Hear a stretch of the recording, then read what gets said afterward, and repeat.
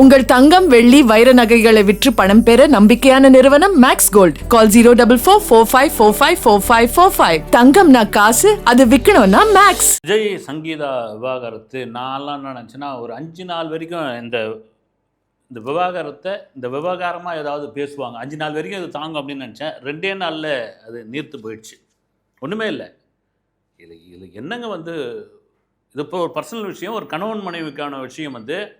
இதுக்கு பார்த்தீங்கன்னா விஜயே வெளியே வா, பனையூர் விட்டு வெளியே வா, நீலாங்கரை விட்டு வெளியே வா, உங்கள் மனைவி இது மாதிரியான ஒரு விவாகரத்து மனுவை கொடுத்துருக்குறாங்க, ஒரு நடிகையுடன் உங்கள் மேலே தொடர்புன்னு சொல்லியிருக்காங்க, அவர் வீட்டை பார்த்துக்கிறது இல்லை, நீங்கள் எப்படி நாட்டை பார்த்துக்க போகிற, பதில் சொல் விஜய், வெளியே வா, வெளியே வந்து பதில் சொல், பொது ஊடகத்தில் பதில் சொல்லினா கூட பரவாயில்ல, வீடியோவாக வெளியிடு, ட்விட்டரில் பதில் சொல்லு, இப்படியா சில பேர் போட்டுக்கிட்டு இருந்தாங்க. ஆனால் மக்கள் ரொம்ப ரொம்ப தெளிவுங்க. என்னப்பா இது ஊர் உலகத்தில் இல்லாத சண்டையாக எல்லா வீட்லேயும் இருக்கிற நாட்டு சண்டை தான் இது. குடும்ப நல கோர்ட்டில் போய் பாருங்கள். ஒவ்வொரு நாளும் ஒவ்வொரு வழக்கு ஒவ்வொரு வழக்கும் ஒவ்வொருத்தரும் உட்காந்து பதில் சொன்னால் என்ன ஆகிடும்? சரி, அவன்லாம் சாமானியம்பா. விஜய் பெரிய ஸ்டாரு, தவேக கட்சியினுடைய பெரிய தலைவர். அப்படி பெரிய ஸ்டாரு, பெரிய தலைவர் அப்படின்ற ஒரு விஷயம் வந்த பிறகு தான் எப்போது போட்ட ஒரு மனு, அந்த மனு இப்போ ஏன் நீங்கள் லீக் பண்ணோம், இப்போ ஏன் அது பெரிய விவகாரமாக மாறணும், இப்போ ஏன் சமூக வலைதளங்கள் அது ஒரு பேசும் பொருளாக மாற்றணும், விஜய் மீது ஒரு உளவியல் ரீதியான ஒரு தாக்குதலை ஏன் நடத்தணும், நீங்கள் அவர் மேலே சேர்த்த வாரி இறைக்கணும்ன்ற ஒரு முடிவு பண்ணது ஏன் அப்படின்ற மாதிரியான கேள்விக்கெல்லாம் ஒரே பதில், விஜய் தமிழக அரசியலுக்குள் வந்தது, அரசியல் களத்துக்குள் வந்தது தான் சாமி அப்படின்னு. அதே சமயத்தில் இந்த விவகாரத்து பின்னணியில் இந்த கட்சியை சார்ந்தவர்கள் இருக்காங்க, அந்த நபர் இருக்காங்க, இவங்க பார்த்திங்கன்னா இவங்க பின்னாடியே போயிட்டு இருந்தாங்க, இவங்க தாங்க கையை பிடிச்சி கூப்பிட்டு போனாங்க. இதெல்லாம் ஒரு உறுதி செய்யாமல் எதையும் பேசுறது தப்பு. கண்டிப்பாக விஜய் அரசியல் களத்துக்குள்ளே வந்தது நம்ம முழுக்க டிஎம்கேக்கு மட்டும்தான் காண்டுன்னு சொல்லிடவே முடியாது. இப்போ ஏடிஎம்கே வேணா எதிர்பார்த்தாங்கல்ல, எடப்பாடி பழனிசாமியே சொன்னார்ல, வாயை திறந்து சொன்னார்ல, காமிச்சிட்டாங்க பார், பச்சை கொடி காமிச்சிட்டாங்க பார், சிக்னல் கொடுத்துட்டாங்க பார், தவேகாவும் அதிமுகவும் கூட்டணி, நாங்கள் இருக்கிறோம் உங்கள் சப்போர்ட்டு, கரூர் விவகாரத்தில் நாங்கள் இருக்கிற கை கொடுக்குறோம் அப்படின்னு முழுக்க விஜய்க்கு ஏதோ பெரும் ஆதரவு மாதிரி பேசுனதெல்லாம் பார்த்திங்கன்னா அரசியல் ரீதியாக கூட்டணிக்காக தான். அது இல்லைன்னு தெரிஞ்ச உடனே கண்ணாமண்ணா நடிக்க ஆரம்பித்தது அதிமுக தான். அந்த இது இப்போ அவங்களுக்குள்ளே இருக்குது, பயங்கரமான காண்டு இருக்குது. அதனால தான் இந்த விவாகரத்து சம்மந்தமான விஷயத்தில் இவங்க அவங்கன்னு குறிப்பிட்டு பேசவே கூடாது. இன்னொன்று, விஜயோடைய இமேஜை டேமேஜ் பண்ணணும்னு நினச்சிருந்தா, அது எந்த கட்சியாக இருந்தாலும் எந்த அரசியல் அமைப்பாக இருந்தாலும் யாராக இருந்தாலும் நினச்சிருந்தா ஒரு வேலை சொல்கிறேன் நான். சங்கீதா அவர்கள் கோர்ட்டுக்கு ஏன் போகணும், செங்கல்பட்டில் ஏன் அந்த மனுவை தாக்கல் பண்ணணும், அந்த மனு ஏன் ரிலீஸ் ஆகணும், அது சோஷியல் மீடியாவில் வரணும், அது மெயின் ஸ்ட்ரீம் மீடியாவில் ஏன் வரணும், அதை பேசும் பொருளாக மாற்றணும், அது டிபேட்டில் உட்காந்து ஏன் இது பண்ண, விஜய் உத்தமரா நல்லவரா, விஜய் வெளிநாட்டில் யார் கூட எந்தெந்த நடிகை கூட இருந்தார், விஜய் நடிகை கூட விமானத்தில் போன பயணங்கள் போன அந்த போட்டோ படங்கள்லாம் வர இவ்வளோ சுற்றின்னு வர வேண்டிய டேமேஜ் பண்ண முடிவு பண்ண அப்படி ஏங்க சங்கீதா அவர்களை வாங்க கமிஷனர் ஆஃபீஸ் வாங்க, ஒரு கம்ப்ளைண்ட் கொடுங்க, அத்தனை மீடியாவை இறக்குறாங்க, நாங்கள் வச்சு பேசுங்க, நீங்கள் நேரடியாக ஊடகத்தில் பேசுங்க அப்படின்னு நினச்சிருந்து பண்ணியிருக்கலாம் இல்லை. ஆனால் இதை மக்கள், ஏன்னா நிறைய சேனல்கள் இந்த விவகாரத்தை விஜயோடைய செல்வாக்கு இறங்குகிறதா, விஜய் எதோடு அரசியல் காலியா, விஜய் தனி மனித ஒழுக்கம் கெட்டவரா, விஜய் குடும்பத்தை பார்த்துக்கலையா, விஜய் அந்த குடும்பத்தில் இருக்கிற நபரெல்லாம் நடு ரோட்டில் விட்டு வந்துட்டாரா, விஜய் பொழுதனைக்கும் அந்த நடிகை வீட்டில் தான் படுத்துக்கிட்டு இருக்காரா, விஜய் ஏஐ மூலயமா தான் எல்லாத்தையும் வெளியிடுறாரா, இது ஒரிஜினல் விஜயே கிடையாது. இப்படியெல்லாம் இந்த பப்ளிக் பைட்ஸில் கேட்டப்போ பப்ளிக் சொன்ன ஒரு விஷயம் என்னென்னா, ஏன்பா ஊர் உலகத்தில் இல்லாத பண்ணிவிட்டாரு, அதுக்காக விஜய் முழுக்க உத்தமர், அவர் சத்தியசீலர்னு நான் சொல்ல வரல. ஊர் உலகத்தில் இல்லாத விஷயமா அரசியல் களத்துக்குள்ளே இதெல்லாம் நிறைய நடந்திருக்குது. இதெல்லாம் கார்னர் பண்ணி விஜயை நீங்கள் அடிச்சிட முடியாது. வரட்டங்க, என்ன என்ன ஆகிப்போச்சு, இதுக்காக இன்னும் பெருங்குற்றமா கிடையாது இல்லை அப்படின்னு அதை தான் சொன்னால் நான் நிறுத்து போயிடுச்சு இந்த விவகாரம் அப்படின்னு. உடனே அவருடைய மகன் ஜேசன் சஞ்சய் இன்ஸ்டாவில் தன் அப்பாவை அன்ஃபாலோ பண்ணிட்டார். அப்படின்னா இருக்க தானங்க செய்யும் ஒரு குடும்பத்தில். அவங்க அம்மா சொல்கிறாங்க, இது மாதிரி 2021 எங்கள் கணவர் வீட்டை பார்த்துக்கிறதுல சரியாக இது பண்ணல அப்படின் போது குழந்தைங்களுக்கான பாதிப்பு இருக்க தான் செய்யல. பார்த்தீங்களா, ஜேசன் சஞ்சய் வந்து அன்ஃபாலோ பண்ணிட்டாரு. ஜேசன் சஞ்சய் வந்து அவருக்கு வந்து சினிமா வாய்ப்பே வாங்கி கொடுத்தது யாருன்னா, அஜித்தோடைய மேனேஜர் சுரேஷ் சந்திரா தான். இந்த லைக்காவில் படம் பண்ணுறாரு. அவர் தான் வந்து அப்படியே தக்க வச்சுக்கிட்டாரு. அவர் தான் கொண்டு வந்து பாதுகாத்துட்டு இருக்காரு. அவர் தான் வந்து காட்ஃபாதராக இருக்கிறாரு. அஜித் இதனுடைய பின்னணியில் இருக்காரு. இது ஒரு பக்கம் வந்து இங்கே ஏதாவது ஒரு வகையில் விஜயை டிஸ்டர்ப் பண்ணணும், விஜய் மீது ஒரு வன்மத்தை கக்கணும் அப்படின்ற வேலை தான். அப்பா பையனுக்கு தகராறு, பையன் அன்ஃபாலோ பண்ணிட்டு போனார் சோஷியல் மீடியாவிலேருந்து. இந்த சோஷியல் மீடியா விவகாரம் தான் இப்போ பாருங்கள், இது அரசியல் களத்துக்குள்ளே வரேன் நான். முக்கியமாக நேற்று தமிழக முதலமைச்சர் ஸ்டாலின் அவர்களுடைய பிறந்த நாள். பல பேர் வாழ்த்து சொல்லியிருந்தாங்க, பல பேர் நேரில் வாழ்த்து சொல்லியிருந்தாங்க. குறிப்பாக ராகுல் காந்தி அவர்கள் ஒரு வாழ்த்து ஒன்று ட்விட்டரில் போட்டிருந்தார். அதை வந்து சார் அப்படின்னு குறிப்பிட்டு போட்டிருந்தார். பொதுவாக அவர் பிரதர் அப்படின்னு தான் வந்து இத்தனை நாள் வாழ்த்து சொல்லியிருக்காரு. இப்போ மட்டும் சார் என்ன அண்ணாமலை எடுத்து போட்டிருக்காரு. வந்து போன வாட்டிலாம் ப்ரோ ப்ரோ ப்ரோ நீங்கள் இப்போ ஏன் ஒய் ப்ரோ வாட் ப்ரோ எங்கே போச்சு, ஏன் இப்போ ப்ரோன்னு சொல்ல, நீங்கள் பிரதர்னு சொல்ல. அப்போது இந்த கூட்டணி விஷயம், திமுக காங்கிரஸ் கூட்டணி விஷயம் இன்னும் வந்து புகைச்சலாதமாக இருக்குது. காங்கிரஸை சேர்ந்த பல பேருக்கு வந்து தலவேக்கா கூட கூட்டணி வச்சுப்போங்க, ஏங்க போய் நின்றுக்கிட்டு இருக்கீங்க, ஏங்க தொகுதியை கேட்டுக்கிட்டு இருக்கீங்க, ஆட்சி அதிகாரத்தில் பங்கு கொடுக்க மாட்டாங்கன்னு சொல்லிட்டாங்கல்ல, அவங்க தான் திட்டவட்டமாக கொடுக்க முடியாதாச்சு. சரி, கொடுக்குற ஒரு நபர் இருக்கார், ஒரு இளைஞர்களுடைய பட்டாளம் இருக்குது, பெண்களுடைய வாக்கு இருக்குது. சரி, இந்த எலெக்ஷனில் ஒர்க் அவுட் ஆகலைனா கூட அடுத்து வரப்போகிற உள்ளாட்சி தேர்தல், அப்புறமா வரப்போகிற மக்களவை தேர்தல், அதன் பிறகு நடக்க போகிற அதற்கப்புறம் வரப்போகிற சட்டமன்ற தேர்தல், தமிழகத்தில் ஒரு வலுவான வேறு நம்ம வைக்கலாமே. 50 வருஷமாக இருந்தோம், சார்ந்தே இருந்துட்டோம், வரட்டும், ஒரு இளைஞர்களுடைய வரவேற்புக்கு தகுந்த ஒரு கட்சிக்கு நம்ம ஒரு ஆதரவு கொடுப்போம், கூட்டணி வைப்போம் அப்படின்னு பெரும்பான்மையானவருடைய எதிர்பார்ப்பு இதுதான். நீங்கள் திமுக கூட கூட்டணி பேச்சுவார்த்தை நடந்துக்கிட்டு இருக்கு அப்படின் பொழுது நிறைய கட்சிகள் வந்து அதில் இருக்கிறவங்க பெரும்பான்மையானவர்கள் இரட்டை இலக்கில் எங்களுக்கு வந்து தொகுதி வேணும் அப்படின்னு கேட்குறாங்க அப்படின்னு மாதிரியான தகவல் இருக்குது. ஏன்னா டிஎம்கே கண்டிப்பாக வந்து ஒரு 180 தொகுதியில் கண்டிப்பாக நிற்பாங்க. அவங்க வந்து உதயசூரியன் சின்னத்தில் தொகுதியில் அவங்க நிற்பாங்க. அதை தாண்டி இரட்டை இலக்கில் கொடுத்தா என்ன ஆகும், அவ்வளோ தொகுதிகள் வந்து போகுமே, எல்லாரும் அந்த இதில் வெற்றி பெற்றுவார்களா அப்படின்ற ஒரு கேள்வியும் இருக்குது. கண்டிப்பாக அவங்க 75 வருஷம் அரசியலில் இருக்காங்க, மூத்த அனுபவசாலிகள், மூத்த அமைச்சர்கள், இதெல்லாம் இருக்கும்போது அவங்க அதெல்லாம் பார்ப்பாங்க. மறுபடியும் இந்த விவகாரம் தான், சீட்டுன்ற விவகாரம். இன்னொரு பக்கம் பார்த்திங்கன்னா அதிமுக எடப்பாடி பழனிசாமி அமித்ஷாவை பார்க்குறதுக்கு டெல்லி கிளம்பிட்டார். அங்கேயும் கூட்டணி பரபரப்பு, தொகுதி பங்கீடு, இந்திய கூட்டணி, இந்தியா கூட்டணி இப்படியாக இருக்கும் பொழுது விஜய் என்னப்பா பண்ணுறாரு, விஜய் ஏன் இன்னும் அரசியல் களத்துக்குள்ளே சூடே இல்லாமல் அப்படியே சும்மா தேமன்னு இருக்கிறாரு. கூட்டணின்ற ஒரு விஷயத்துக்கு யாருக்குமே தாவேக்கா கூட கூட்டணி வரலையா, இது ஒரு பக்கம் இருக்கட்டும், விருப்ப மனு அப்படி வாங்கி போனாங்க, சாரியாக மந்தையாக வாங்கி போனாங்க.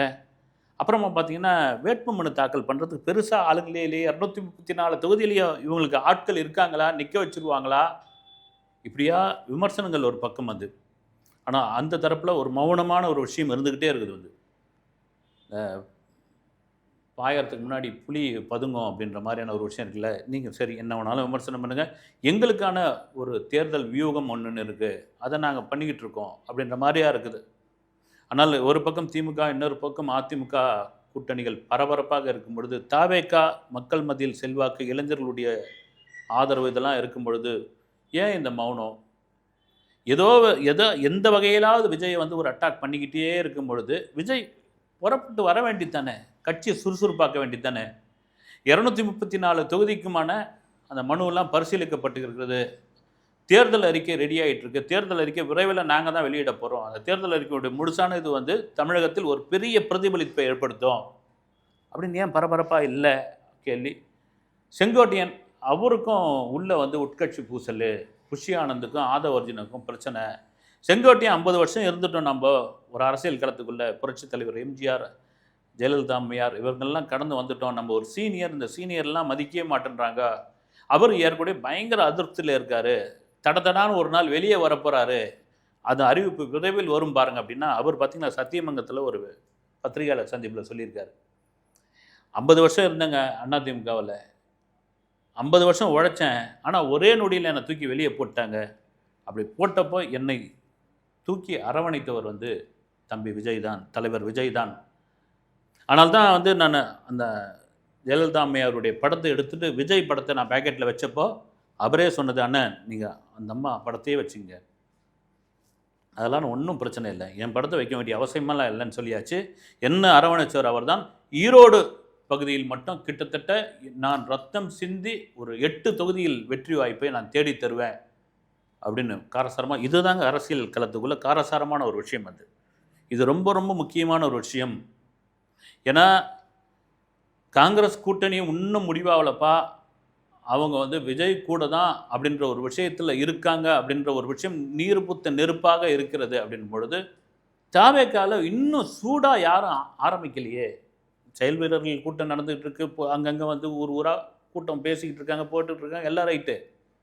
இப்போ என்னென்னா இந்த 4ஆம் தேதி நாளைக்கு மறுநாள் தஞ்சாவூரில் நடக்கப் போகிற நிர்வாகிகள் சந்திப்பு. அந்த சந்திப்பில் பர்மிஷன் கிடச்சாச்சு, பூமி பூஜைலாம் போட்டாங்க. வழக்கம் போல் வருவாங்க, 4900 பேர் அனுமதின்வாங்க. வழக்கமாக விஜய் வருவார், டிவிகே வெர்சஸ் டிஎம்கே, தீய சக்தியா தூய சக்தியா இவ்வளோ தாங்க பேசுவார். இனி எலெக்ஷன் ரொம்ப நெருங்கி வந்தாச்சு, ஆனால் இன்னும் காரசாரமாக பேசணுமே. தேர்தல் அறிக்கையை வந்து நீங்கள் கொஞ்சம் கொஞ்சமாக நீங்கள் முழுசாக வெளியிட வேணால் அதை லீக் பண்ணுற மாதிரியான விஷயங்களை சொல்லணுமே. எல்லாருக்கும் சொந்த வீடு அப்படின்னு சொன்னவர் தான் விஜய். அது எவ்வளோ பெரிய விஷயம். ஆனால் உன் வீட்டையே கவனிக்க முடியலையா சாமி, அது ஒரு பக்கம் குற்றச்சாட்டு. அதெல்லாம் மக்கள் சொல்லவே இல்லை. ஏப்பா எல்லாருக்கும் சொந்த வீடுன்னு சொல்கிறதுக்கே ஒரு இது வேணும்ல. எல்லாரும் அவங்க வீட்டில் பட்டதாரியாக இருக்கணும், அது கூட வந்து விமர்சனம் பண்ணியிருக்காங்க. வந்து எஸ் ஏ சந்திரசேகரே சொன்னார் ஒரு பேட்டியில், என் பையன் வந்து டிகிரியே முடிக்கலை அப்படின்னு.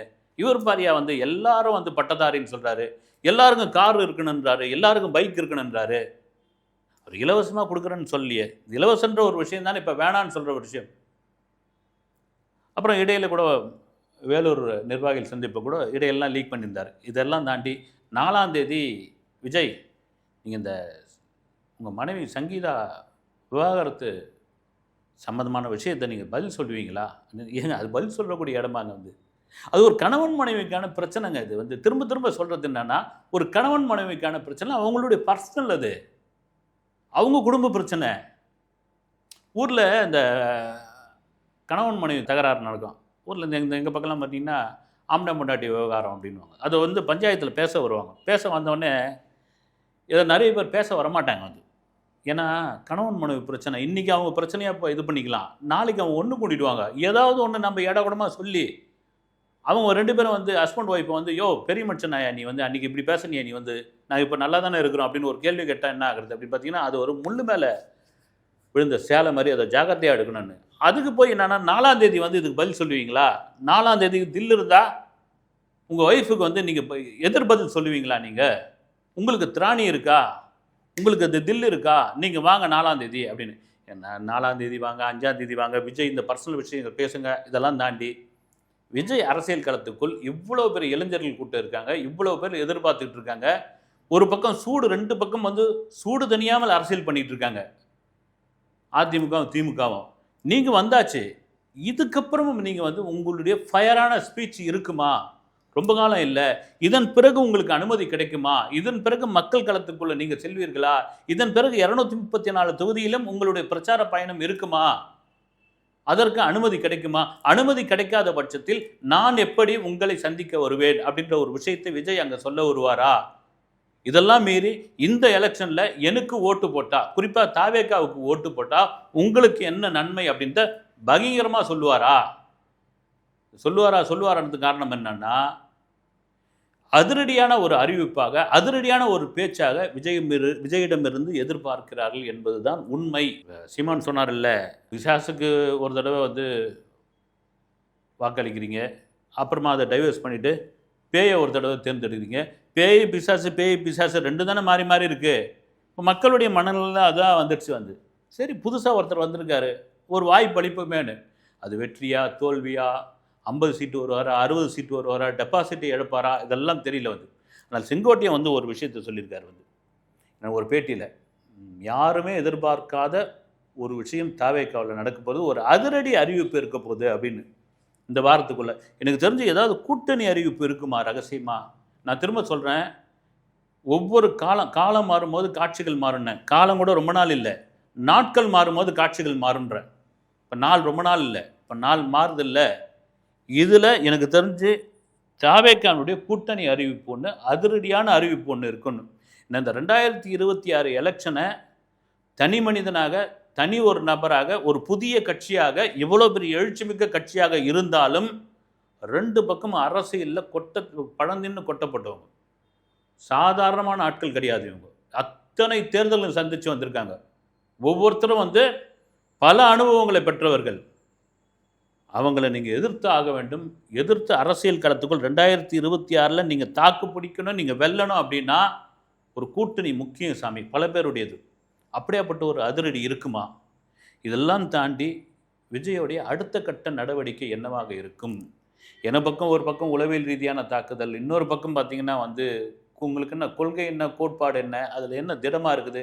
இன்னொரு பக்கம் பார்த்தீங்கன்னா எலெக்ஷன் வரைக்கும் தாங்க இந்த ஆதவ் அர்ஜுனா, புஷி ஆனந்த், இவன் மற்றவங்க ஒரு நாஞ்சில் சம்பத் இவங்கெல்லாம் இருப்பாங்க. எலெக்ஷன் முடிஞ்சவொன்னே அவங்கவுங்க கடையை கட்டிட்டு கிளம்பி ஓடி போயிடுவாங்க. இதுக்காக தான் வெயிட் பண்ணிக்கிட்டு இருக்காங்க. இவங்கெல்லாம் நீங்கள் நம்பிக்கிட்டு இருக்கீங்களே, உங்கள் நைனாவை நம்புங்க. அப்பா விட சிறந்தவர் யார்? அப்புறம் பக்கத்தில் சேர்த்துங்க, அவருடைய ஆலோசனை இடையில கேளுங்க. இந்த மாதிரியான ஒரு கருத்து ஒரு பக்கம். அப்புறம் ஓபிஎஸ் அவர் ஏறக்குறைய இறங்கியே வந்துட்டார். எனக்கு முதல்வர் ஒரு தொகுதி கொடுப்பாரு, எந்த தொகுதி கொடுத்தாலும் அந்த தொகுதியில் நின்று நான் ஜெயிப்பேன், வெற்றி வாய்ப்பை நான் தேடி தருவேன் அப்படின்ற அளவுக்கு அவர் இறங்கி வந்துட்டார். அதிமுகன்ற ஒரு கட்சி தாங்குமா தாங்காதா அப்படின்ற ஒரு கேள்வி இருக்கும் பொழுது, நீங்கள் தொடர்ச்சியாக விஜய் சொல்லிட்டு வர்றார்ல, டிவிகே வெர்சஸ் டிஎம்கே அப்படின்னு, அப்படி ஒரு நிலையான ஒரு ஒரு ஒரு உறுதிப்பாடான ஒரு போட்டியாக இந்த போட்டி இருக்கும் அப்படின் பொழுது, விஜயோடைய அடுத்த அரசியல் நகர்வு எப்படியாப்பட்டதாக இருக்கும்? இந்த 4ஆம் தேதி, இந்த மார்ச் 4ஆம் தேதி தஞ்சையில் என்ன பேசப் போகிறார் விஜய், என்ன அதிரடியான அறிவிப்பை கொடுக்க போகிறார் என்பதை உங்களைப் போலவே நானும் எதிர்பார்த்து கொண்டு இருக்கிறேன். அடுத்த வீடியோவில் சந்திப்போம். நன்றி.